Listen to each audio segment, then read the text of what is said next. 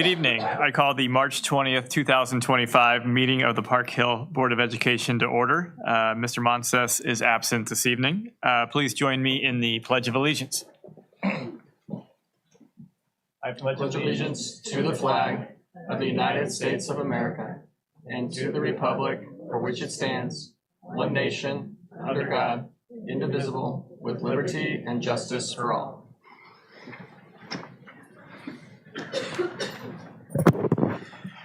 All right, thank you for silencing your phones for the meeting. I would like to remind the board of our norms. Be prepared, be an active listener, be mission driven, stay in the role of a board member, embody integrity, be respectful, and of the district's vision statement, building successful futures, each student, every day. Board members, any announcements this evening? Ms. Barnes? Yes, good evening. First off, let's go Mizzou. Playing right now or? At 7:30. 7, okay. You will be Okay, in the he's middle. playing right We'll now. be in the middle of the trenches. So, Okay. Also, Happy Women's History Month. Shout out. So, I just would like to highlight a famous woman. She invented the first home security system, which probably a lot of us have. Marie Van Brittan Brown. The system included peepholes, sliding camera, TV monitors for surveillance, along with microphones for two-way communication. And I'm pretty sure that those things are probably used in famous vehicles. But I just would like to make sure that we acknowledge that this is Women's History Month and that women do extraordinary things. You're here. Thank you, Ms. Barnes. Mr. Todd. None tonight, thank you. Mrs. Woodley. I just want to say a few things. The District DEIB Council met its final meeting for the year, and we wrapped up looking at through all the feedback from our community forums, and we're able to kind of pinpoint some action plans for the next year for our buildings. And wanted to just emphasize the strength of our student voice is just amazing. And we really listen to them, and their input is so valuable to the committee and to the district. And just again, a shout out to Dr. Dion and her team for all that they do. Also, another shout out to the library media centers around the district. Went through the PEP, the program evaluation plans, and they're just doing a great job for our students in our buildings. So, and that's it. All right, thank you. Thank you, Ms. Woodley. Ms. Bowen? None tonight, thank you. Okay. Mrs. Barber? None, thank you. All right. Dr. Kimbrell, any additional announcements? I do. I have a couple administrative announcements, and I think we have a handful of people that are able to join us tonight. So I'm going to start with our new Director Facilities. So Jeremy Kaler. Jeremy, can you stand up? Jeremy will be, Jeremy will be in the Director of Facilities position for the 25-26 school year, pending tonight's approval by the board. He currently serves as the Operations Manager for our Park Hill School District, a position he's had since 2020. He's been with the district for 14 years and served as a carpenter before moving into this current role. Jeremy, I know you're a loyal Park Hill guy. Congratulations. We look forward to working with you.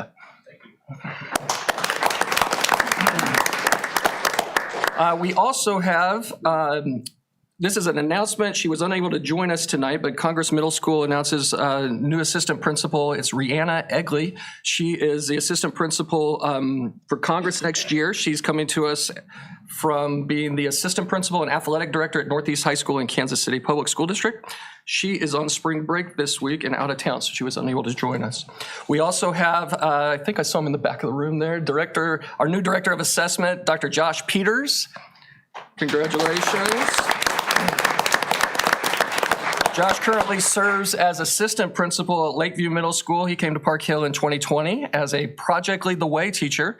Before joining the district, he was a secondary director of curriculum and instruction for Decatur Public Schools and assistant principal in the North Kansas City schools, and taught art in the, I'm going to get this wrong, Agua Prieta? Okay, what he said. Union High School School District, which is in Arizona, right? Okay. And received his bachelor's degrees from Luther College and St. Cloud State University, master's from the University of Phoenix, and doctorate from the University of Missouri Columbia. Congratulations, Dr. Peters. We look forward to working with you. And last announcement for this group, a new director of campus safety and activities, Dr. Adrian Singletary.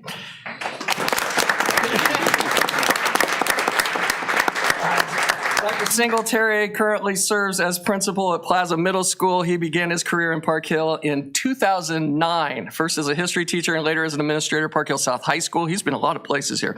He then transitioned to Park Hill High School as assistant principal and athletic director before moving into his current role in 2020.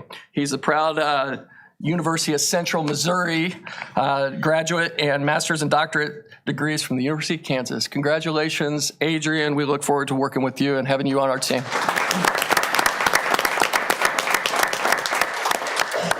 The last announcement I have is just a reminder that Election Day is April 8th, and the school district has two propositions, Proposition G and Proposition O, around staff salaries and aging facility bond projects. Please be informed and be out voting on April 8th. All right, thank you, Dr. Kimbrell.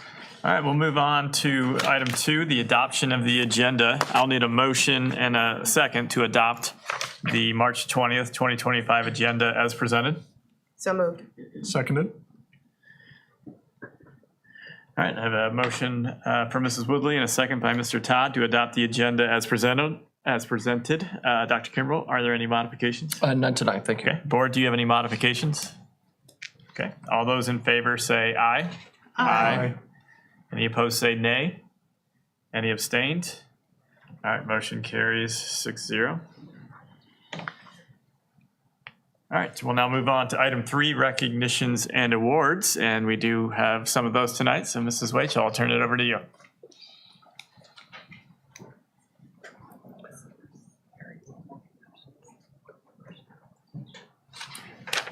Good evening. Good evening. Thank you for joining us tonight. We do have recognitions and awards. And first, we're going to start with our Project Adam School. So, Ms. Saylor, your team, come on up if you're a Project Adam.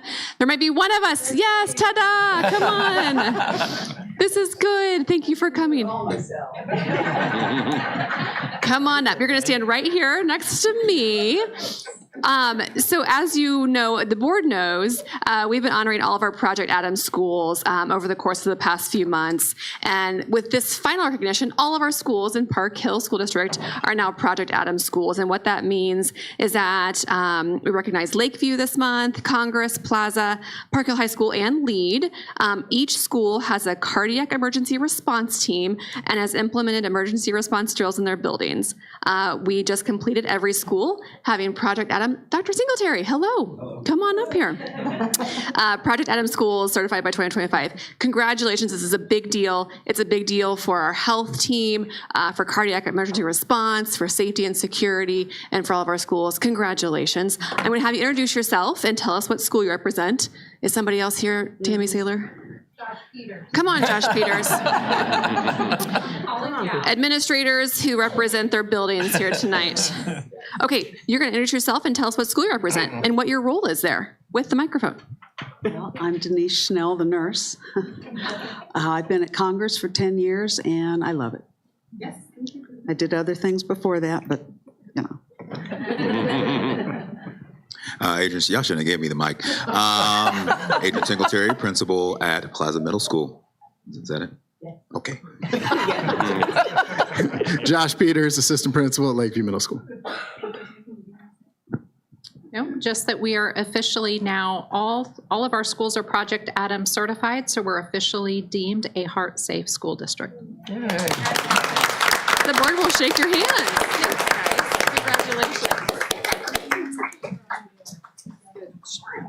Congratulations.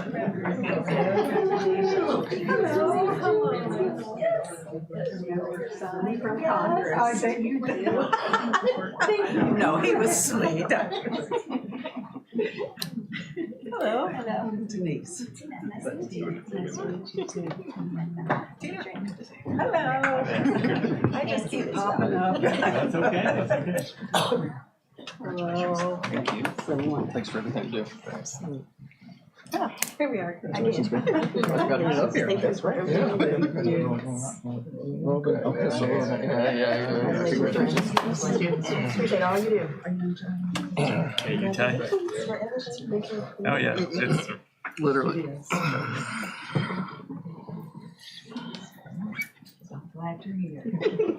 Sorry.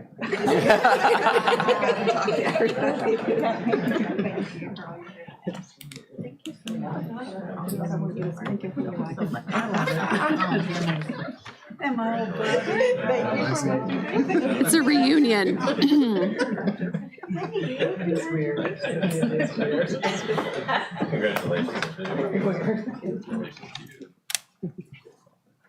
All right. Thank you all. Next, we're going to do academic All-Americans. I don't know that I saw any of these. Oh, I see Jack back there. Hi, Jack. Okay, if you're an academic All-American for our Talking Trojans, come on up. I saw you, Jack. Come on, Jack. And then we have Tasha and Olivia. I don't know if Tasha and Olivia could make it. Okay. Jack, you're going to stand right here. Congratulations. Thanks for being here. I know you're very busy. So we want to congratulate our Park Hill High School Talking Trojans. These are academic All-Americans. Juniors Olivia Kennedy and Tasha Sherman, and senior Jack Unsel have earned academic All-American honors from the National Speech and Debate Association. This is really awesome because less than 1% of students across the country are selected to receive this honor. Students must demonstrate academic and competitive leadership at school and at competition by reaching 750 points and mentoring younger speech students. These students must also maintain a 3.5 GPA or above for their entire high school career. Jack, congratulations. Do you want to say a few words? You're a Talking Trojan. What does this mean to you? You are a Talking Trojan. We know you have the skills. What does the word mean to you? It means a lot. I couldn't have done it without the support of a great school district and the support of my father and my coach. So yeah, thank you for everyone for the support. It means a lot. Thank you guys. Dad wave. Hello, Dad. Jack, is this the second year in a row you've gotten this award? Yeah. It is. Congratulations. Congratulations. Thank you. Thank you. Congratulations. Thank you. Thank you. Thanks for being here, Mr. Unsel. It's great. Thanks, Jack. Congratulations. Miss Todd Murphy's going to take a picture of you back there. Okay, Coach Wiesenhart, come on in. Bring your crew in here. This is we're going to do a drum roll as the girls enter. Make sure that, oh, we are doing it. Yes. This is your Park Hill South Girls Swim and Dive State Champions. Congratulations. Come on in, girls. 2 year in a row state champions from Park Hill South Swim and Dive. Congratulations, Coach Wiesenhart. So we want to recognize our state champions tonight. We have several girls here from either relays or individual events. I'm going to have them introduce themselves and what event they won in and what ranking or designation you got in your event. Does that sound good? Can we handle that? But first, Coach Wiesenhart, anything you want to say about your state champions? Just one thing to mention.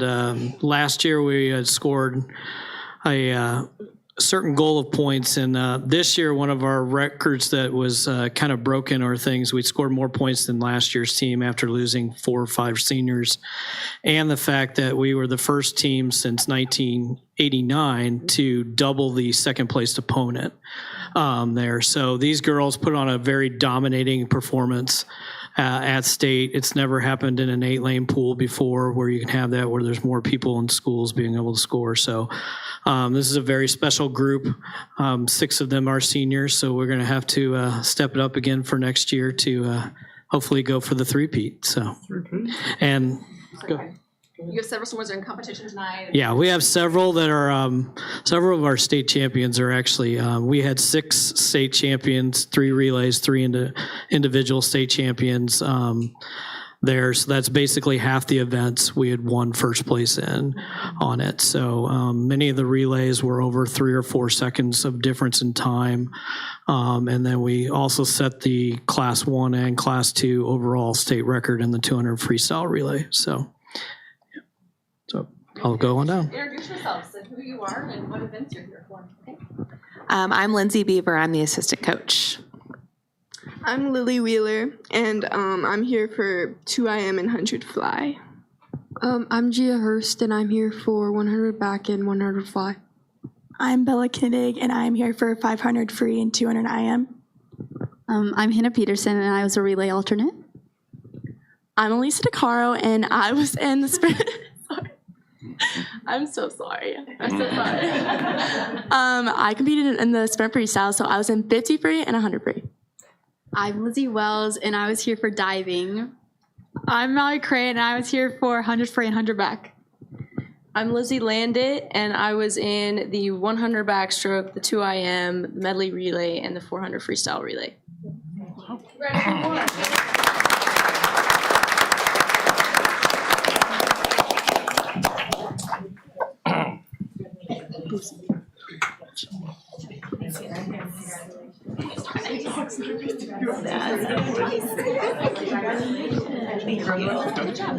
I tried. You got it under control. Congratulations. Congratulations. Thank you for being here. Congratulations.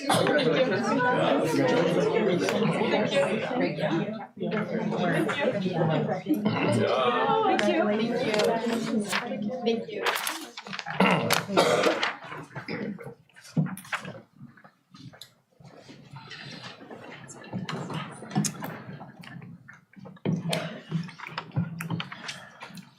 All right, we'll now move on to item 4 of this evening's agenda, public comments. Sorry. You got one other. One more announcement. Okay. Recognition, actually, if I may. Yes, go. Okay, Go all for right. And this is School Board Recognition Month this month. And so special thank you to Park Hills Board of Education members, Layla Barber, Sharika Barnes, Janice Bolin, Scott Monses, Daryl Terwilliger, Harrison Todd, and Brandy Woodley for their dedication and service to the Park Hills School District. Missourians benefit every day from the dedicated energies and countless hours devoted by a group of more than 3,600 men and women from communities across the state. These public servants are elected by local constituents and do not receive compensation for their tireless efforts. They are the local school board members of Missouri. During the month of March, communities across the state will honor the dedicated service of their local boards of education during School Board Recognition Month. This goal is to build awareness and understanding of the important function of an elected board of education, what they do in their communities and schools. All Missouri citizens are asked to recognize the important contributions of these men and women and focus attention on the vital role of these public officials that they play in the education of Missouri's children. We also have a proclamation from the governor. There's a lot of whereas language here. Whereas a system of quality public education is essential to the future of our state and nation, and whereas the people of Missouri have a long tradition of support for public education and their local school districts, and whereas local school boards are the ultimate expression of the unique American institution of representative government of public schools, school districts, and whereas local school boards, acting on behalf of and in close connection with the people of their communities, chart the direction of the education in their communities. And whereas local school boards serve as a key community advocate for children, youth, and the public schools, now, therefore, I, Mike Kehoe, Governor of the state of Missouri, do hereby proclaim March 2025 to be School Board Recognition Month. We don't want you to leave without your gift. We did have charcuterie boards that were made by Park Hill South, their wood shop, and it's logoed. They're wonderful. And thank you, Brandy. A cooler with a lot of cheese and crackers and all kinds of good stuff for those boards. So thank you so much for everything that you do. And if you could join me in recognizing our school board for School Board Recognition Month.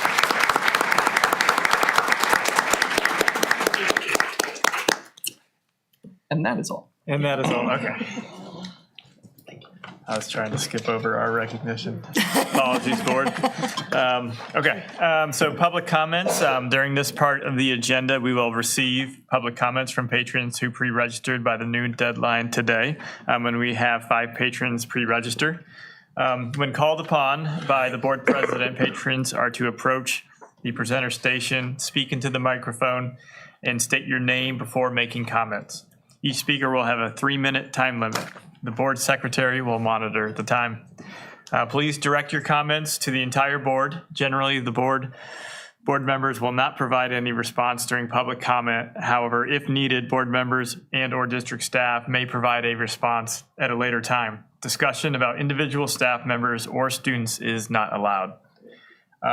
First, we have Kristen Mitchell. Can you please approach the presenter station? We're going to talk right now, microphone, okay?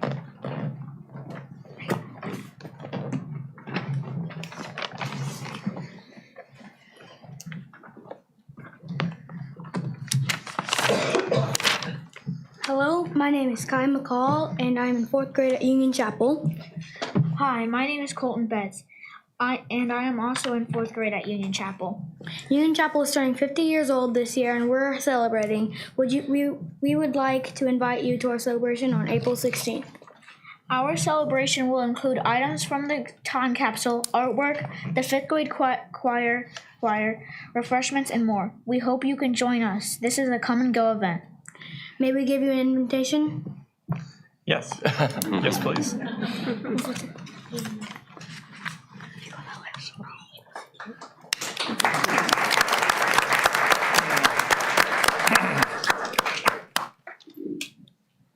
think you started there.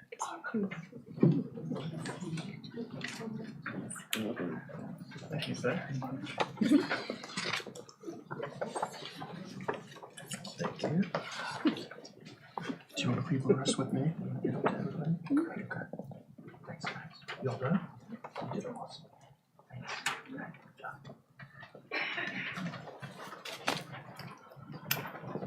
Good job.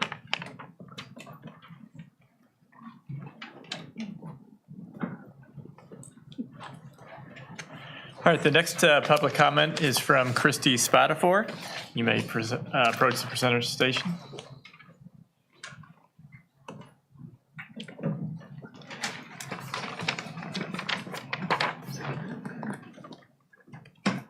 Sorry, I feel like I'm flinging. Good evening. My name is Christy Spatafor, and that is a really hard act to follow, but here we are. I am the mother of 3 kids in the Park Hill School District, and I'm also a former teacher, not in this district, but I do have that experience.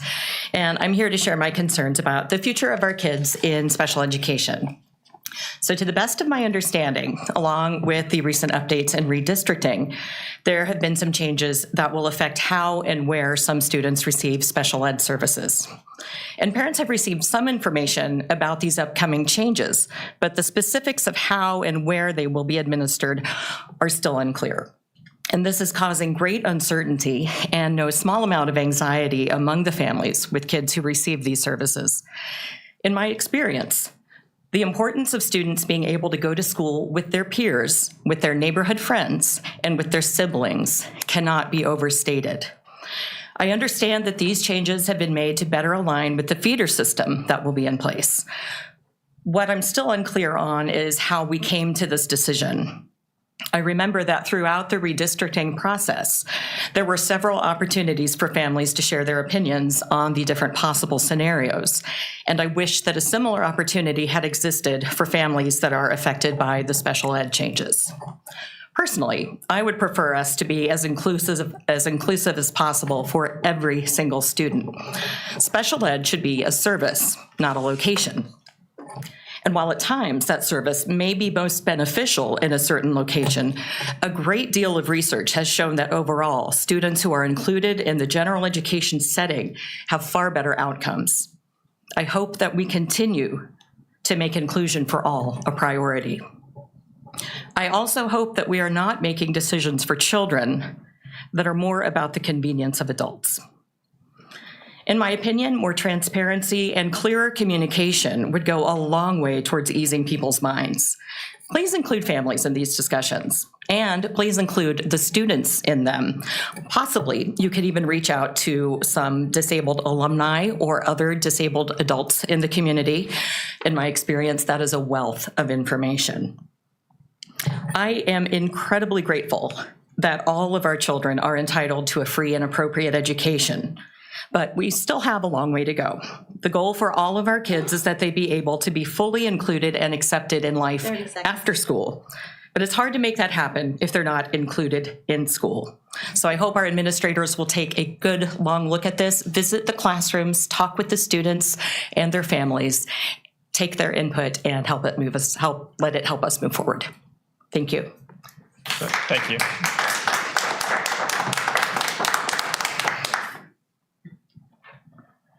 All right, next, Lee Grinter.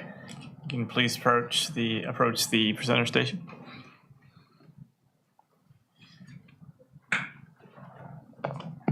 Good evening. My name is Lee Grinter, and I am here today as a concerned parent to address the proposed changes to our district's special education program. My son and two of his friends at the Chin Elementary School should be going to Plaza with their peers in next school year following the feeder system. However, they are being secluded upon themselves, just the three of them, to be sent to Congress amongst people they have no idea who they are. I had a meeting today with Adrienne Kelly to address my concerns about this change. She made it very clear to me that she was there to listen. Please don't mention staff name. I'm please. sorry. Yeah. First, I want to express my gratitude for the board's commitment to the education and well-being of our students. We do recognize that the board works tirelessly to create an environment where every student can thrive. But I come to you today to urge you to reconsider proposing the changes to the special education program. These changes, while well-intended, may unintentionally harm the very students we aim to support. Speaking about the three I am directly engaged with, segregating and isolating them from their peers they have grown up with for the last 6 years will cause unneeded anxiety, stress, and a sense of unbelonging, which is not Park Hill's standard. Special education not only just about providing services to students with disabilities, it's about ensuring that every child, regardless of their individual needs, have access to a fair and equal education. Our special education programs must prioritize inclusion, individualized instruction, and the necessary resources to meet the diverse needs of our students. The proposed changes, however, seem to overlook the profound impact that may have on both students and their families. Potentially reducing support staff, modifying resources, and consolidating services, we risk isolating students with disabilities further and diminishing and tailoring support they need to succeed. These changes may lead to larger class sizes, less individualized attention, and more standardized approach to teaching that doesn't account for the unique learning styles of each student. Another aspect is that some families will now have children in multiple elementary schools spanning across the district. What good is that? Now they have to choose which child that they can go do class parties with, and some have limited resources. It's essential to remember that our challenges of our special education students faces not one size fit all. Placing all nonverbal students together is not helpful, nor does it allow growth needed. In closing, I want to emphasize the ultimate goal is to create an educational environment where all students, regardless of their abilities, are given the tools, resources, and the support they need to succeed, that they all feel included and belonging. Let us work together to ensure that we are not only meeting the needs of our Gen Ed students, but also those with the disabilities. Thank you for your time, and I appreciate your consideration. Thank you for coming tonight. All right, next we have Humaira Cabria.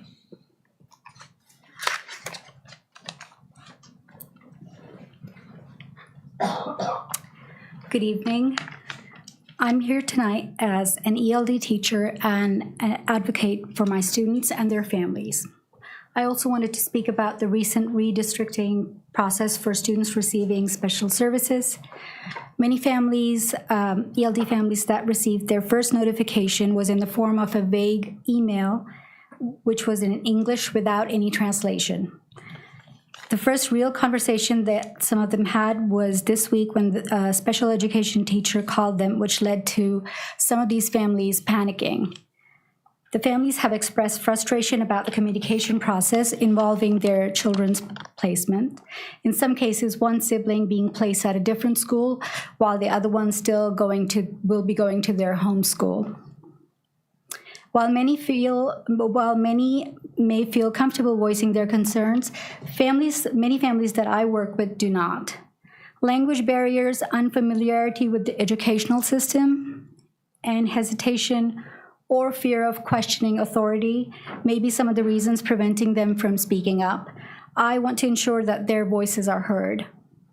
No input was taken from teachers, support staff, social workers, or nurses who work closely with these students either. These decisions cannot be safely and appropriately made without their input. IEPs do not reflect a child's complete picture or needs. We also must consider the issue from an inclusion, equality, and belonging perspective. Every family should be informed, included in decisions, and treated with respect.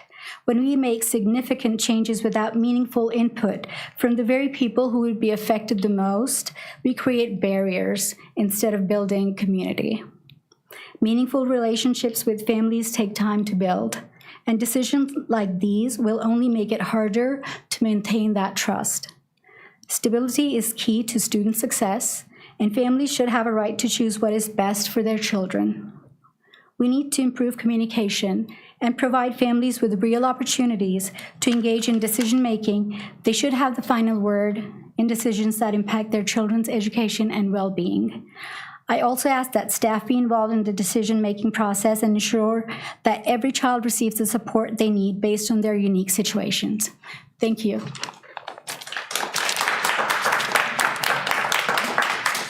Thank you for your comments. Amy Sanita.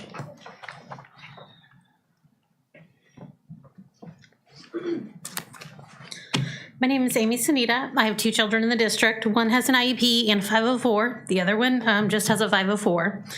There are around 2,000 students in this district that have IEPs and 504s. That's about 16% of the kids in the district that have additional needs. Nowhere in the process have our children been accounted for. The data presented was concerned with financial situations, ethnicity, distance, and number of kids in school. There was never concern about children with IEPs and 504s. Most of these children are neurodiverse. Both of mine are, and I've been fighting for them since they started school to get the best education possible. This redistricting process has been very hard on our families, particularly those with neurodiverse children. Our children need consistency in their lives and do not like change. Most parents know how hard it is to deal with IEPs and 504s, and we spend hours every year reviewing and maintaining documents that our children need. But having relationships with the schools we already have makes it easier to continue to do this. This redistricting process will set back the progress that many of them have made. My children have built relationships with peers as well as staff members at their schools. These relationships help our children feel comfortable attending school each day, and they feel like they belong. Since redistricting started, my child who has anxiety has been stressed on almost a daily basis. She doesn't understand why after 5 years she has to go to a different school. And even though we've been able to grandfather her in, I now have to take her to and from school, so she no longer can ride the bus. And it leaves that burden on us to make sure we can get her there. Plus, there's an attendance rule, and she's worried that if she's sick, she's going to get kicked out of her school and have to go to a new school. My son has been in speech therapy for 8 years. He's already been through 6 speech therapists. So redistricting will give him yet another new therapist, a new school, and again, without friends. I constantly hear about kids will have no problem making new friends, but if you don't have a child that's neurodiverse, you don't know how this really works. He has established a group of friends that support him, and he supports them, and it's important for them to stay together. I've tried bringing up a lot of these issues and been told that there's counselors available, that there's going to be open houses, but none of that really addresses the issues. That our children have been ignored in this process and that their needs have not been met. Some of these children will have to change schools and they will have to start over, and that will set them back. So the board needs to maybe talk to the redistricting committee, bring them back and let them talk to the families that are going to be relocated that have these special needs, and make sure that the school district is handling those for those families. Thank you.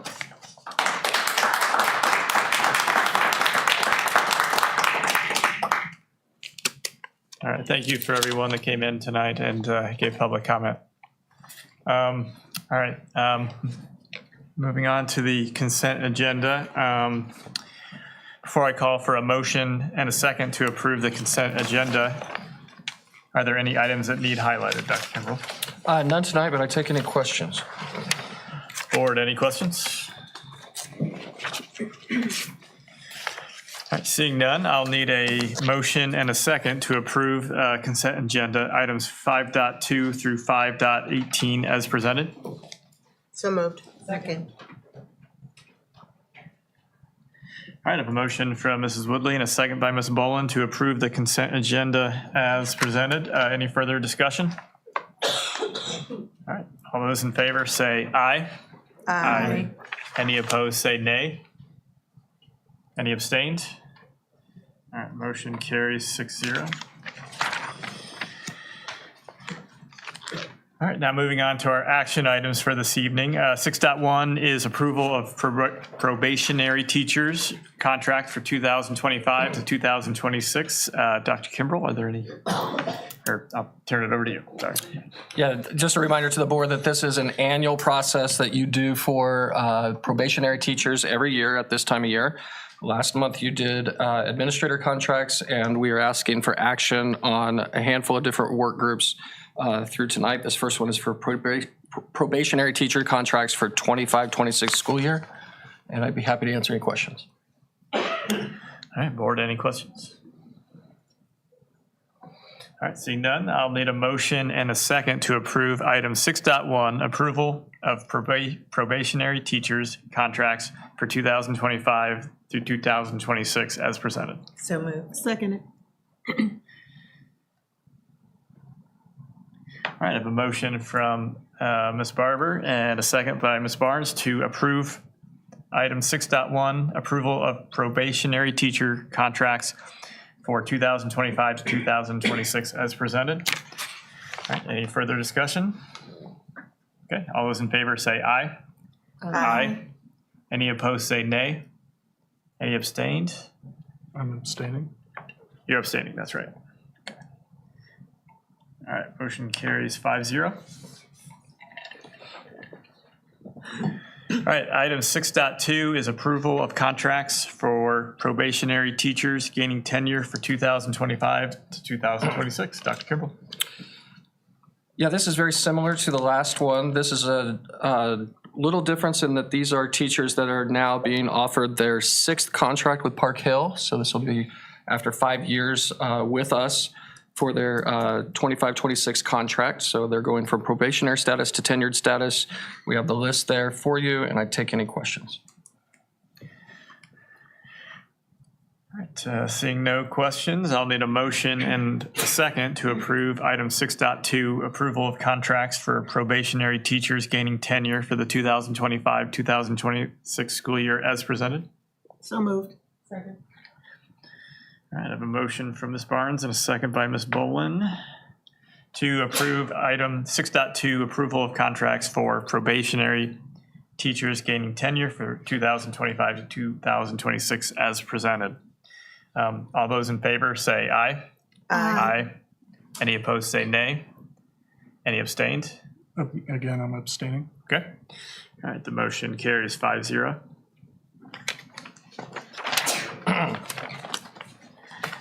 All right, and then finally, item 6.3 is approval of contracts for district support staff for 2025 to 2026. And Dr. Kimbrell. This will be the last work group of contracts we will be asking your approval of tonight, and be happy to answer any questions. All right, seeing none, I'll need a motion and a second to approve item 6.3, approval of contracts for district support staff for 2025 to 2026 as presented. Second. All right, I have a motion from Ms. Boland and a second by Mrs. Woodley to approve item 6.3, approval of contracts for district support staff for 2025 to 2026 as presented. All those in favor say aye. Aye. Any opposed say nay. Any abstained? All right, motion carries 6-0. All right, we'll now move on to our information presentations for this evening. Item 7.1 is the 2024 to 2025 student demographic profile and enrollment projections, and I'll turn it over to Dr. Kimbrell and Dr. Kelly. Yeah, thank you. There is a very lengthy document in your packet that is our 2024-2025 student demographic profile. This is something that you see every March or April as we go through the process of evaluating all the things with our district relative to data on student demographics, maps, and so on. Dr. Kelly is going to give a high-level overview, and then we'd be happy to answer any questions. Dr. Kelly.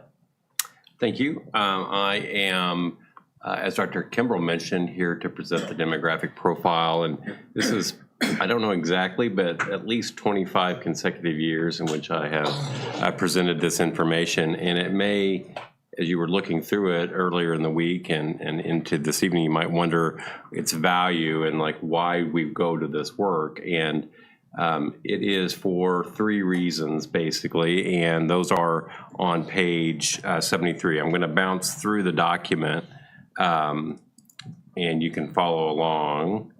I'll give you the page numbers that I'm on, but on this page, there is detail around how we use this information. And so we do a preliminary demographic profile or an update for you in October once we do our official count. And then we immediately move forward with projecting out what the budget will be for next year. So one of the main ways we use this document is in budgeting, and it's both short-term and long-term. As you can imagine, we need to know the number of kids by school, by grade level, because one of the most important decisions that we'll make would be how many teachers, how much staff is going to be required to maintain class sizes. And so that information needs to be known early. You know, we get a little bit of a late start on that this year because of redistricting, and so the kids were redistricted to some into different buildings. Of course, we know them aging up, and we can estimate those, but you know, we also work towards balancing the buildings better while we were also adding enrollment to Angeline Washington, which will open, of course, in the fall. So that's the short-term budgeting that we use the demographic profile and the enrollment projections for. But then in long-term, we utilize it and have utilized it for strategic planning and long-range planning. So one of the key decisions when we put together our Park Hill 2034 document was what's going to happen long-term to our enrollment. And so can we set aside funds? Do we need to set aside funds for new buildings? Because is our enrollment increasing at a rate by which we need to add another elementary, add another middle, add high school space perhaps? And so we need to make projections out, and in this case we do for 10 years, and that matched our 2034 timeline. And so those projections are used for decisions that we made around what is in and what's not in Park Hill 2034 plan, and that obviously is now on the ballot for our voters next month.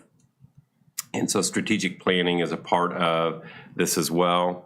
And then finally, on the community engagement part of the demographic profile is that this data often is picked up and a graph will be used for presentations. I use many of these in our budget. Dr. Kimbrell uses these, many of these graphs that you've seen 100 times, perhaps in an information presentation on the bond or levy election or other information. And so this is getting information out to our community. And so we used a lot of this during redistricting, which was a large community engagement process. And so it kind of norms or creates kind of a baseline of data that we can all use to make more informed decisions. So that is how we utilize the demographic profile. I'm going to highlight just 5 slides. So I know there's a lot in here, and if you have questions or comments about them, you can certainly stop me and we can refer to it. But I'm going to start with bouncing to page 94 in the document.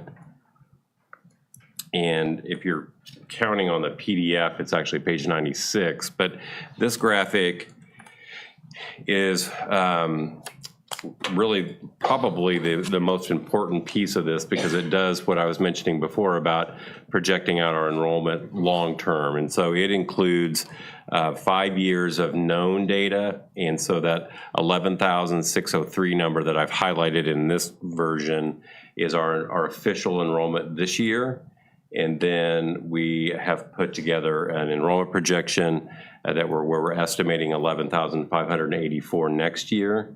And then you can see a slight increase, and then you've seen in the demographic profile, there's 5 models that we use, and so this is the average of those models, but we're showing what you would say is probably a decline, but actually it's pretty stable, considering that this would occur over 10 years. And so there's a lot that goes into making this assumption, from population data to the number of births in the county, and all of that data that supports these projections is presented in the demographic profile. But this is what we lift up and then incorporate in our budget and also our long-range plan. I'm going to bounce next to page 60. And so another theme that you probably noticed in the demographic profile was demographic shifts. And there's a lot for Park Hill. And so this is just one of them. This is a fact that everybody around the table knows, but we're actually growing in our diverse populations. And so this is just one of the graphs that's available in the document that demonstrate that change over time. There's other factors that we look at. This is just an example looking at ethnicity of our student population, but we also have looked at mobility, how students move in and out of the district. We have free and reduced lunch data for the same time period. We break this down by building, and you can see trends within individual buildings. All of those building by building distributions will get disrupted as we redistrict next year. So we'll kind of reset all of that information at a building level. But as a district level, there's no doubt that we, in this case, we are growing in our diverse population of students. I mentioned before another theme is, using all of this background information in the that support these enrollment projections, and one of many that are in here is on page 69. And this is, I've often said, the hardest thing about enrollment projections is projecting your kindergarten class. And it's actually probably the most relevant to what's going to happen long term, because that kindergarten class is now with you for 13 years as they move through grade levels.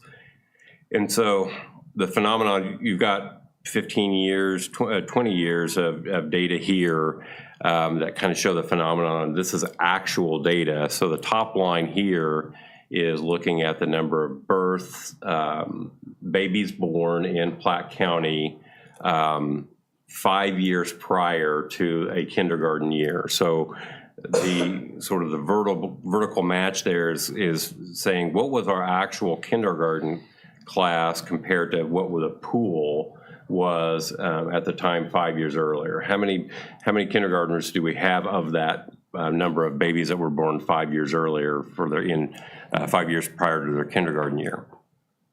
And what's happening in Park Hill, and I think you would say, because this is over a 20-year period, this has been pretty stable, the number of births in Platte County. What is driving some of the drive, the projection downward, is that we're getting fewer and fewer of them. So the student yield from that pool, while the pool is increasing slightly, the number of students that become Park Hill kindergartens has been declining. It reached a peak at 865 in 2021, but then has been moving down. And so those variables, those facts, begin to influence our projections moving forward. And so when you saw that line moving downward for the next 10 years of total enrollment, it's really kind of these kindergarten classes that are coming that are going to be smaller than the senior class that they're replacing. And so we're going to see kind of this movement of smaller kindergarten classes, which we've seen over the last 4 years. And that will be actually the main cause that we'll see for the decline in total enrollment. And Dr. Kelly, just to be clear on the top line there, that is all of Platte County, which includes multiple school districts as well. So not just Park Hill.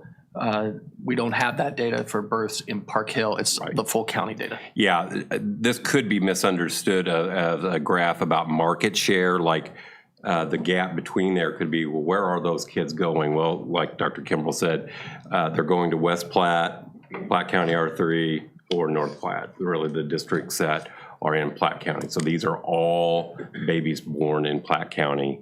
That ultimately then the lower line is just the fraction of those students that become Park Hill students. So this is not a market share or a number of kids that are Park Hill kids that are coming to our schools. This is the entire county. So, and we use it that way just because that's the data that is provided by the state of Missouri, and we have historical data on it. So we do not have it. It also lags. This is not kept up to date very well at the state level, and so it's difficult data to get, so it doesn't get updated very often. Okay, I'm going to move to the next theme. That was an example of population data using to support some of our enrollment projections. There's all kinds of population data throughout the document that you can look at. If you have questions, I'd be glad to answer those. The next one is on page 100, and this is an example. This is the elementary school chart, but this chart is utilized for the purposes of planning when we would need additional space. And so one thing that's going to happen is that this chart's going to change significantly as we look at it next year. Two things that'll happen. One is that we're going to add a row because Angeline Washington will be added to the data. And then we're also going to remove square footage in column number 3, the temporary square footage. So there'll be a net there of gain of square footage for our elementary kids, but we will be losing the classrooms that we currently have in mobile units. And so that was part of the plan. That's not news, but that'll kind of change the data in both directions. The other thing that's driving the differences between the schools is that the enrollments, just because it had been a little bit since we had redistricted last for Hopewell, when we redistricted this time, we've done a better job of balancing the enrollments. And so all of the enrollments will generally decrease. And so you'll see quite a bit of movement and change in this table, which is measuring kind of the utilization of each of our buildings. But this will be one that we also look at as we contemplate Park Hill 2034 and adding square footage potentially to buildings in the future. We would want to look at this graphic to sort of drive, well, where is the square footage most needed? So that's an example of facility planning that we used. And then really the last theme is on benchmarking. And like the first third of the document really does a good job of kind of highlighting all Missouri school districts and where Park Hill lands there in terms of size. The other graphs we look at a benchmark group. So you see some very common benchmarks such as North Kansas City, Liberty, Blue Springs, Lee Summit, Independence, Raytown. And so those are all highlighted. I'm just going to pick a graphic on page 28. And this is just 4 measures. And as you've seen, there's a lot of others here, but this takes our benchmark group. And in this case, it shows you the comparison on 4 measures: free and reduced lunch percentage, ELL percentage, IEP incidence rate, and mobility rate. And so this is just a subset of data to sort of see where Park Hill falls with all that data. I think ultimately you would see, as a part of kind of concluding there, is that generally speaking, with this set of benchmark groups, we have lower socioeconomic need in our district relative to others. We have kind of a moderate ELL demand. Special needs is in line with the kind of the region, and our mobility rates is very stable. We have a very stable school district in terms of movement in or out of the district. And so those are just 4 of the measures, and of course the rest of the document has many more in which you can make comparisons with some of our benchmark school districts. So that is all I have in terms of the summary of the document, but I'd be glad to answer any questions or hear any feedback. One thing I found interesting, and I don't know if I wrote down the pages, but with our comparison group, it looks like two districts were gaining students, and all the other ones were having slight declines. Mm-hmm. Yeah, we really highlighted that last year. Yeah. Coming out of COVID and trying to understand was the phenomenon of a decreasing enrollment unique to Park Hill, and it wasn't. Right. I think also there's a chart in there that shows that ninth grade cohort in Park Hill remains our largest. I mean, from the 8th to the 9th grade year, this are one of our largest growing grade levels, and so we have a lot of transfers in. We have by far a larger net transfer in at 9th grade than we do any other grade level. Following behind it, but there's some distance, is 1st grade, so there's a lot of families and children that move into our schools between kindergarten and 1st grade. But there's the high school cohort growth remains pretty strong, and so where the decrease is coming is those younger grades. Kindergarten, yeah. The kindergarten classes are starting out smaller than they did when our current high schoolers were kindergartners.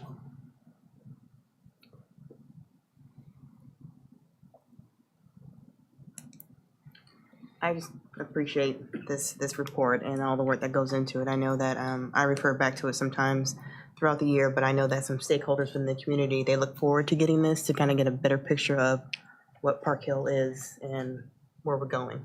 Thank you. Mm-hmm. I agree. I always find this document fascinating and appreciate all the work and detail that goes into it, and refer back to it for a lot of the work we do. So thank you. Yeah, thank you.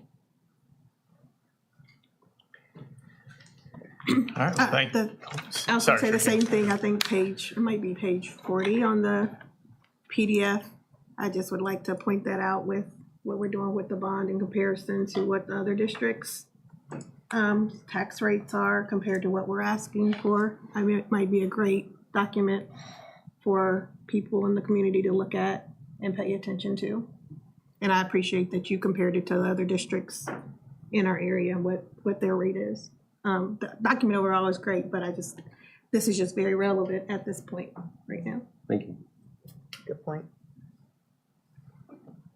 And we brought this up, it was a couple of months ago, but the debt service rates for we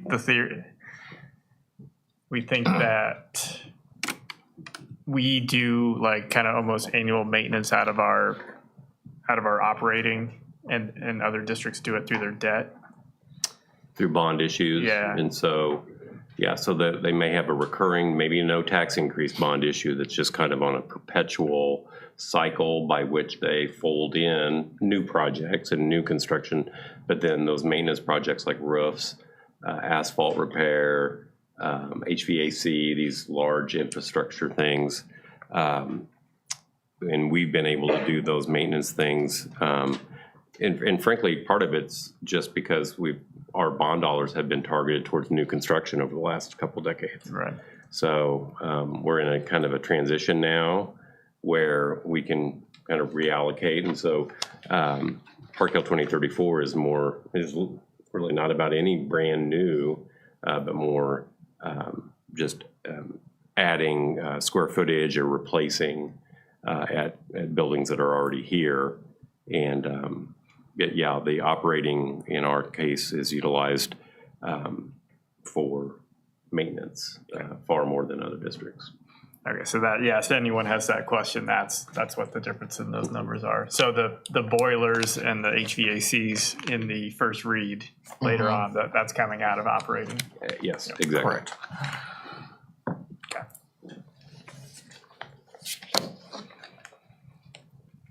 All right, any other? All right, well, thank you, Dr. Kelly, for all your hard work on this. Like I said, it's a long document, but it's very useful, and like I said, we use it throughout the year, so I appreciate that. Thank you. All right, item 7.2 is the Park Hill Early College Academy. We'll have Drs. Kimbrell, Bridewell, and Courtney going over this. Yeah, I will turn it over to my colleagues here in just a second. This is one program that is new, and we are excited about this to share with the board and how it fits into our strategic plan. You've heard a lot about future-ready assets, how we ensure meeting our vision about building successful futures, and this particular program we think has a lot of promise with that. So I'm going to turn it over to Dr. Bridewell and Dr. Courtney, who are going to talk to you about our Early College Academy. All right. I think it's only appropriate that the first night of NCAA college basketball championships, we're talking about an early college, right, partnership between Park Hill and Metropolitan Community College. So thank you for having me tonight. And by the way, our Jayhawks and our Tigers need our help. So just say a little prayer.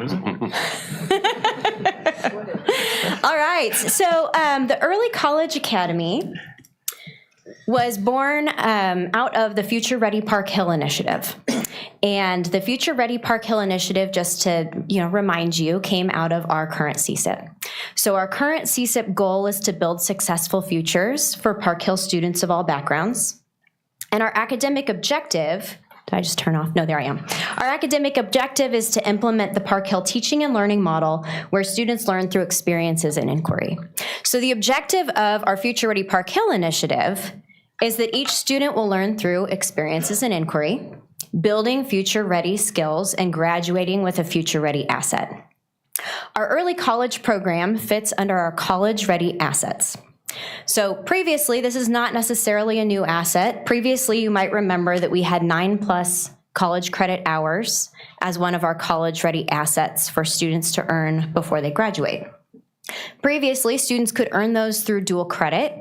That's where students enroll in a high school course and their high school teacher is also certified at the college level. So they, in high school, at Park Hill High School, Lead or South, are earning college credit by taking that class at their home high school. They could also earn college credit, those 9+ hours, through the AP program. They could take an AP course, take the test after the conclusion of the course, score a 3 or higher, and earn college credit hours that way. This is another way that students can earn 9 or more college credit hours while they're in school in Park Hill. So it kind of begs the question, what is the Early College Academy and what does it look like? So this is a partnership between Park Hill and Metropolitan Community College Maple Woods campus that allows students to take college level courses at Metropolitan Community College, so not in their high school, for half of the day while earning credits towards high school. This program is for juniors and seniors. So our students who are applying are sophomores and juniors. They need to have a 2.5 cumulative GPA or higher, 90% high school attendance rate or higher, and demonstrate college level placement in reading, writing, and math based on either the ACT or the AccuPlacer. That college level placement, the test scores, are a requirement by MCC for enrollment. There's many benefits for our students. One is advanced learning. We do have dual credit classes, right? But we do not have every class as a dual credit option. So every class, of course, that students take at MCC would be a dual credit opportunity, and they do offer their entire general education course catalog to our students. There's a cost savings for students and families. So similar to other off-campus programs like Northland Career Center or NCAPS, the Northland Center for Advanced Professional Studies, the district will cover the cost of tuition, will cover the cost of resources such as textbooks, and will provide transportation to and from for students who do not have transportation available. Through our agreement with MCC, we do have tuition cost at a reduced rate. We pay half of the rack rate, if you will, for college tuition. So we are able to provide that at a discount for us, and then of course also pass that on to families by providing that free of cost. Increased college readiness. Our students are exposed to college level courses, and they're also, I just want to point out, learning those transferable skills, right? The time management, the self-advocacy, and the independent learning that they need when they leave the high school setting and go on to college. They'll have transferable college credit. So regardless of a student's desired path, the MCC coursework will concentrate on the core 42 in the Missouri Transfer Library. And all that really means is that all the courses are guaranteed to transfer to any public Missouri institution. They are also highly likely to transfer to any other public institution, but we would recommend that students who want to go out of state do call to make sure that whatever they're going to take does transfer so that that cost benefit goes travels with them. Finally, there is the possibility to earn the associate's degree prior to graduating from high school. An associate's degree is 60 credit hours, and I have another slide later that kind of gives you some insight into what that path would look like. But there is the possibility that a student who participates in the Early College Academy both junior and senior year could walk across the stage with both their diploma and an associate's degree from MCC. Too far. There we go. Mr. Tovar, our coordinator for this program, is here tonight. There he is. Hi, Mr. Tovar. And he has been very busy getting out and about trying to make sure that people, our students and our parents, hear about the Early College Academy. So this is a list of all of the things that he did from November until the end of January to try and make sure that our families and our students were aware of the opportunity. He was basically a celebrity at our high schools. He spoke to AVID classes. He sent emails home to all A+ eligible students. He hosted a webinar in partnership with MCC. I think we had 60+ families attend. So he is a local celebrity with our high schoolers as he was out meeting people and talking to them about early college. So what does this look like? I created a draft schedule to show you what a student's experience would look like in the early college setting. Technically, students can take classes through MCC either in the AM or the PM. This schedule is just a draft to show you what it could look like if they took it in the morning.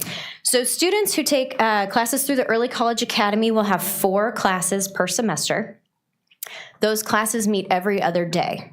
So I have Class A and Class B on Monday and Wednesday, and Class C and D on Wednesday and Thursday. On Friday, they do not have an additional class, but they are encouraged to attend the MCC student tutoring services. That is a way to try and ensure that students can keep up with the coursework and build those skills that I talked about earlier. Students, after taking those classes, return back to their high school to take 2 additional courses to finish off their day. So that might be band. That might be an art course. That could be an additional core course. It could be an AP class. It could be a dual credit class.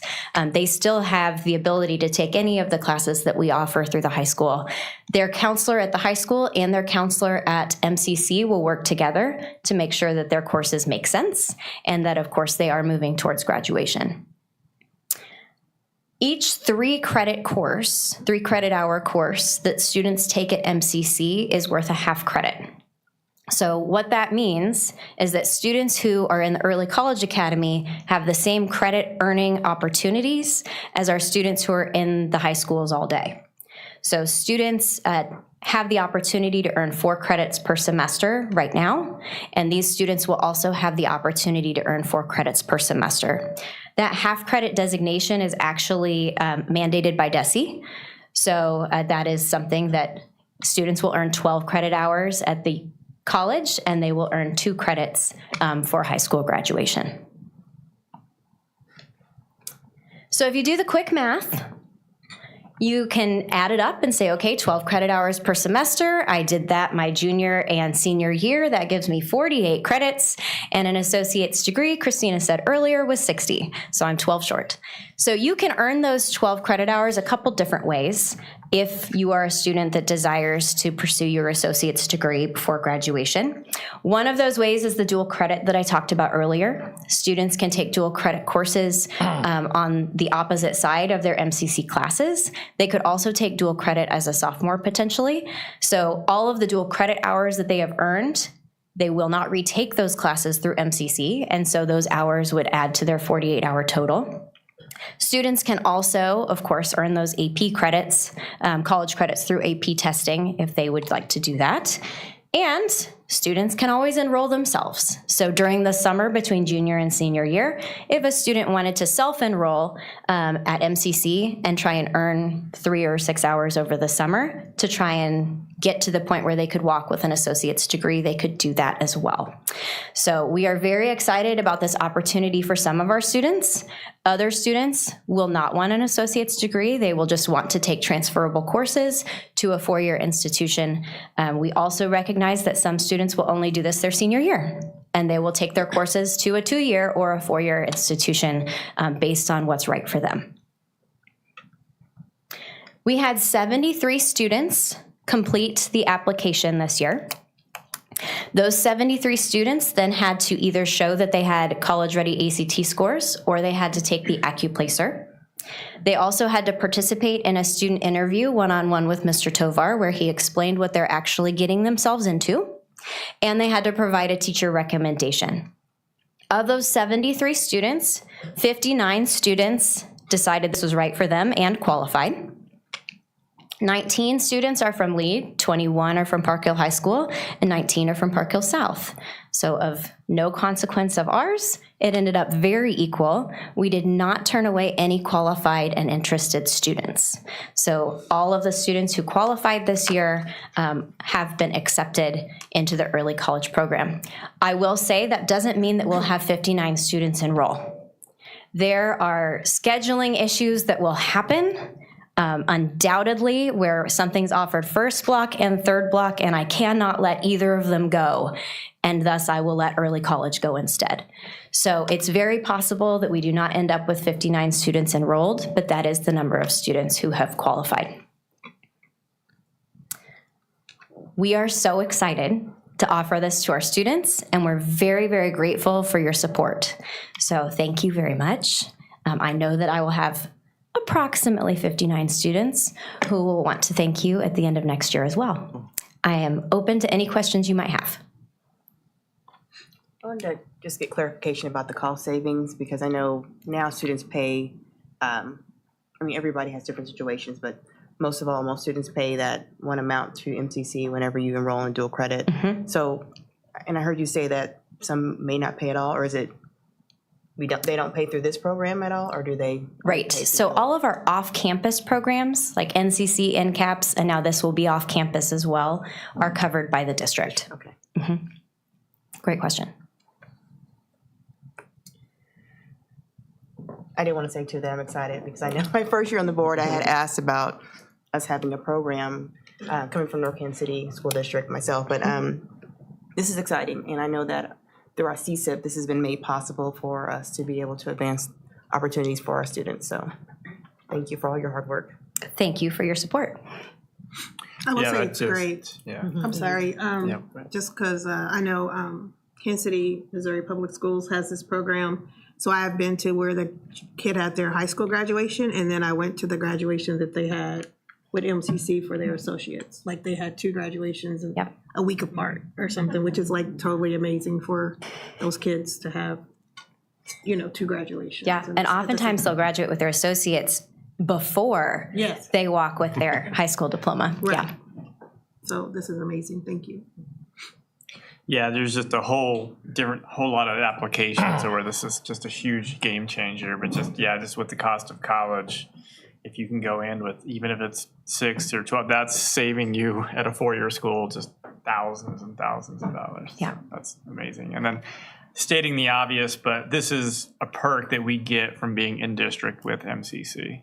Yes. I know it seems like that's been on our tax bill for so long. We've been in district, but just wanted to mention it again, that that's a huge benefit we get from MCC in being in district. So.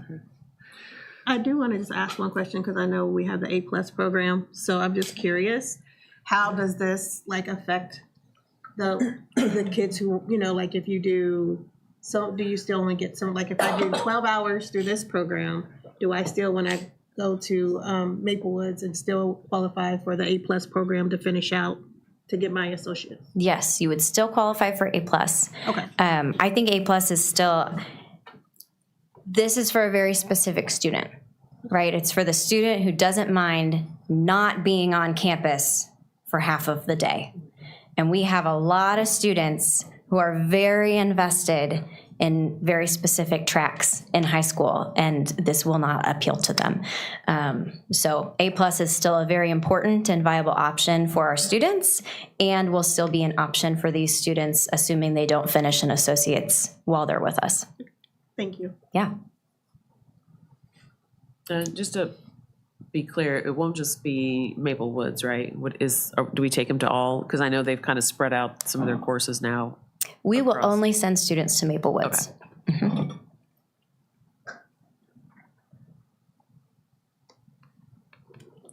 All right, any other questions, board?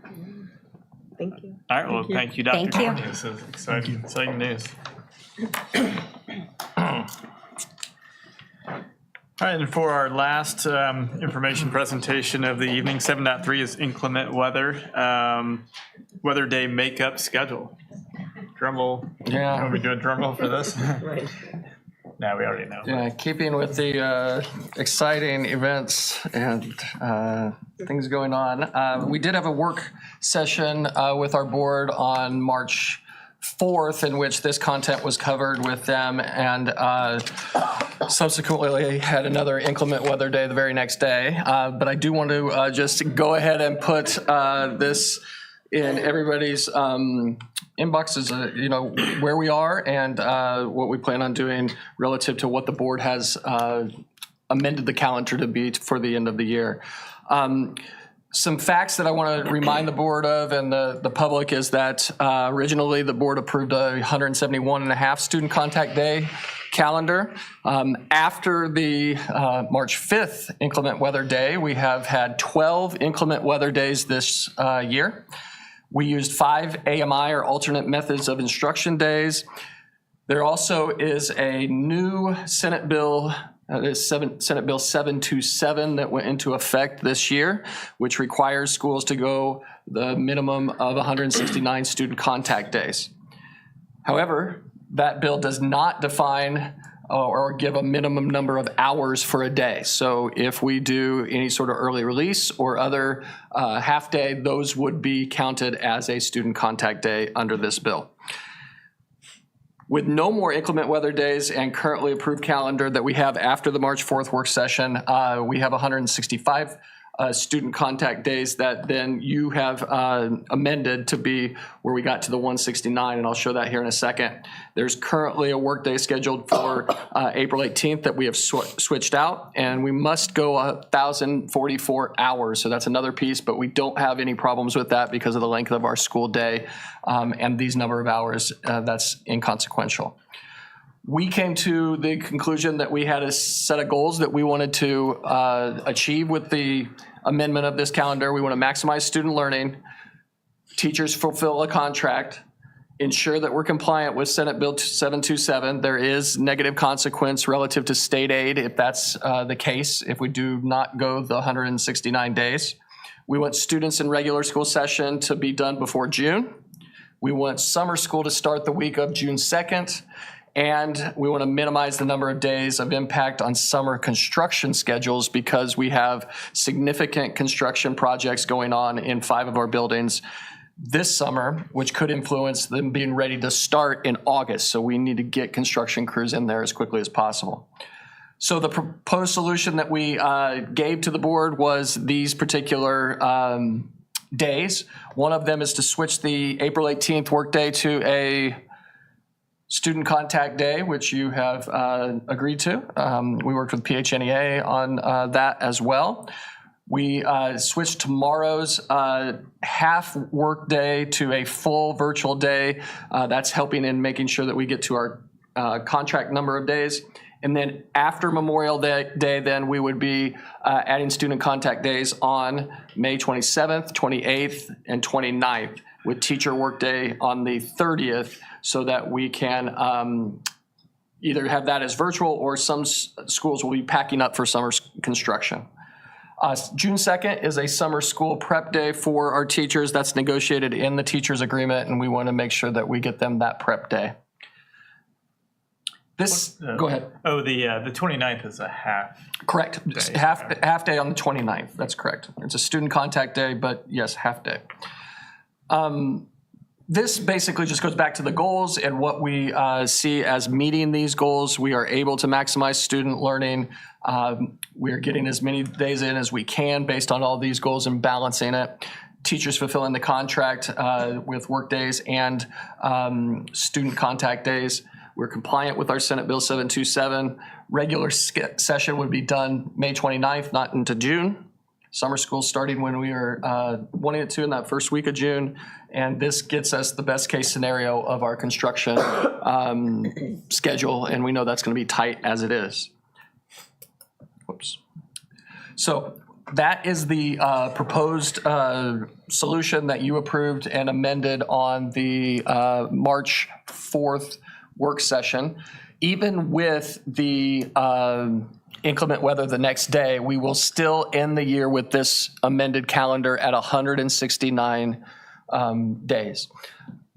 I was in Jeff City last week and talking with my colleagues in the superintendent's circles. Right now, it's believed that it would be unlikely that the state does anything this calendar year. We will be looking at next year relative to how we do makeup days and AMI days and so on. Once we get through, we'll reconvene the calendar committee. I believe Dr. Dillon is working on that. So with that, I would be happy to answer any questions that the board has or entertain any discussion that you might have from that work session.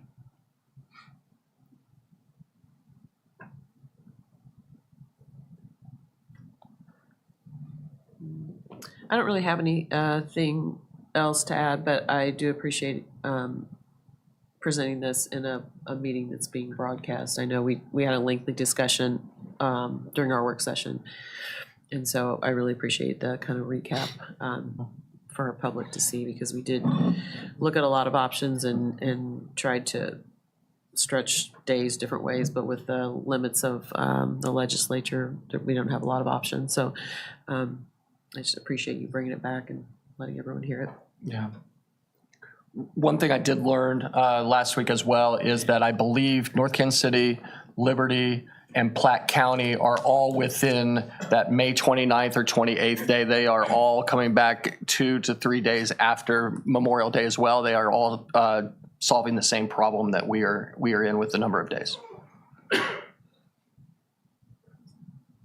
We're off tomorrow, or the kids are. No students tomorrow, correct. It is a For- teacher workday and full virtual workday, so. It's not true for all districts. That is not true for all districts, but that was one that we wanted to keep as a non-student contact day because it was so close to spring break, and it was so quick on our conversation that we felt like that would be too quick a change on the families relative to planning. So this was one we protected in terms of the no student contact tomorrow. Was there any discussion in Jeff City about this being a catalyst to adjust the school start date again? Since they're talking about giving relief at the end of the year. Yeah, I mean, it seems like a very good way unfortunately, to- no, that's not something I'm hearing right now. What I am seeing in what House bill that I believe is moving in the education side around doing some things to help maybe fix, if you will, Senate Bill 727 with some of these pieces is next year. I believe if that bill moves through and would be approved, that it would be more about the calendar we approve and the intent to go 169 days. And then local boards get to make that decision about whether they need to get up to the 169 if they go below because of that inclement weather day. But the push, I know several of you board members we've done it for years, talked about trying to be able to start earlier, and right now that has gotten no traction. We try every year when we go down to this. And they, okay, yeah, that'd be nice, but. They weren't listening. All right, so again, this was a challenging winter, and you're dealt the hand. You get the hand you're dealt, and I appreciate everyone's flexibility to get to where we can finalize this calendar, so everyone knows where they stand, and so we can move forward. So thank you, everyone involved. Thank you. All right. Next up, we have information written. We have items 8.1 through 8.12 are all relative to bids, contracts, and agreements. Dr. Kimbrell, are there any that need to be highlighted? None to be highlighted, but I'd be happy to answer any questions on any of these. Any questions? Okay, I think I did this before for the library. If you want to see what it takes to outfit an entire gym class, there's something in there for Angeline Washington. Yep. There's volleyballs and practice training volleyballs and scooters and dodgeballs. It's pretty cool. So anyway, maybe that's just me.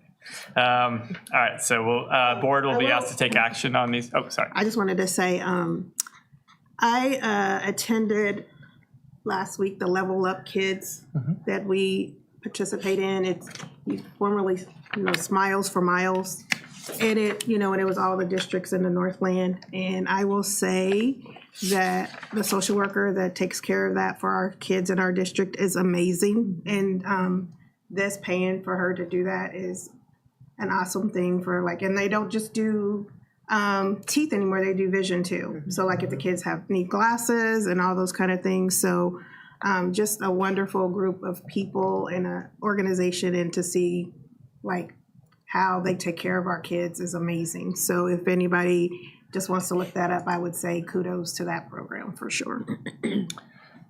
Yes, thank you, Ms. Barnes. Yeah, there's, as you can see in the agenda, if you looked at the Level Up Kids donates $10,000 towards a district social worker. So that's a great program. All right, so the board will be asked to take action on these items at the April 17th, 2025 regular board meeting. All right, moving on to item 9, policies, procedures, and forms. We have 8 policies that will require board action tonight. Mr. Fulgham will provide a brief overview at this time. And Mr. Fulgham. Welcome. Thank you. I provided a summary last meeting. Happy to answer any questions, but just as a large theme, these are mostly updates based on federal or state statutory changes that have happened within the last year. So just getting our policies up to speed and compliance with those is the general theme. Happy to answer any specific questions you might have. Clay, I was looking at policy JFCL, the A+ scholarship program.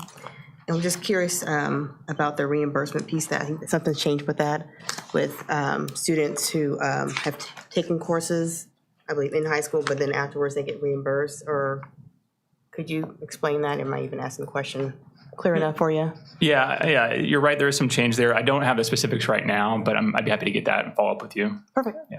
Thank you.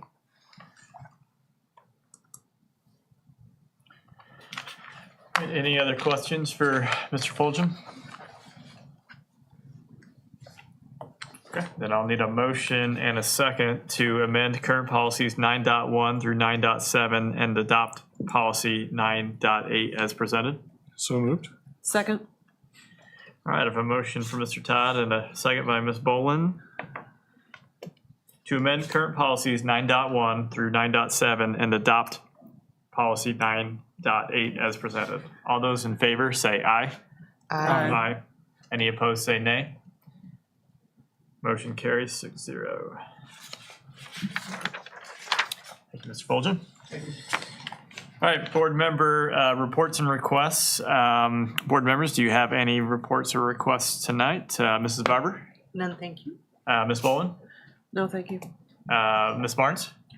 Yes, I just wanted to follow up, Dr. Kimbrough, how did all the information go out for redistricting to like our ELL students, like their families? Was it like just in their language, or was it a newsletter? Like, how did that information? Yeah, I was just hearing follow up with the that. comments tonight, and yeah, I can I'd get just like to follow-up with more detail on the appreciate comments that. that we had tonight, and make sure that we explain that either here in the upcoming, we got the spring break coming up, but I wanted to follow up with you guys on that. Appreciate it. Thank you.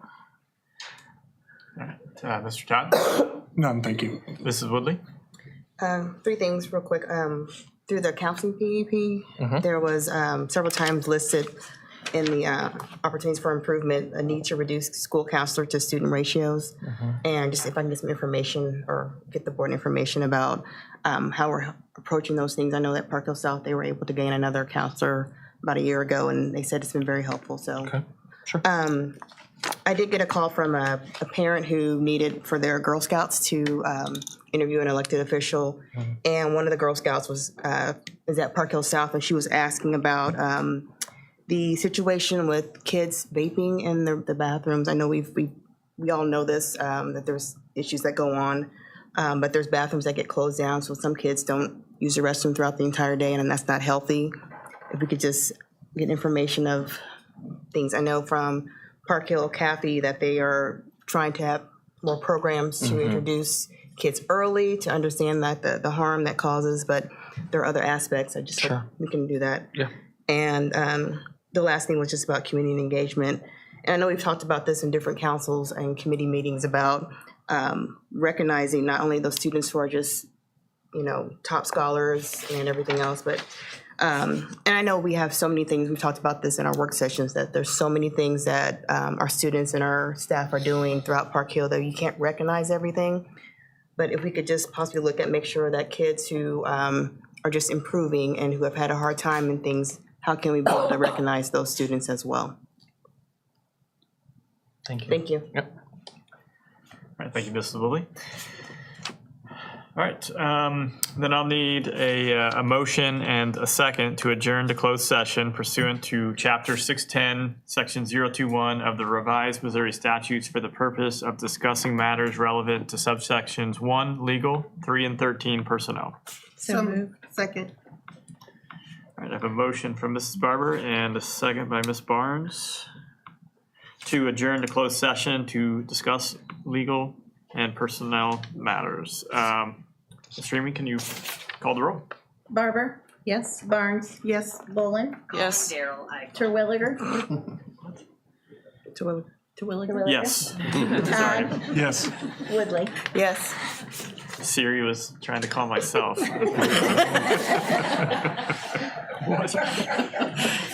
Okay, back on track here. Board members, please.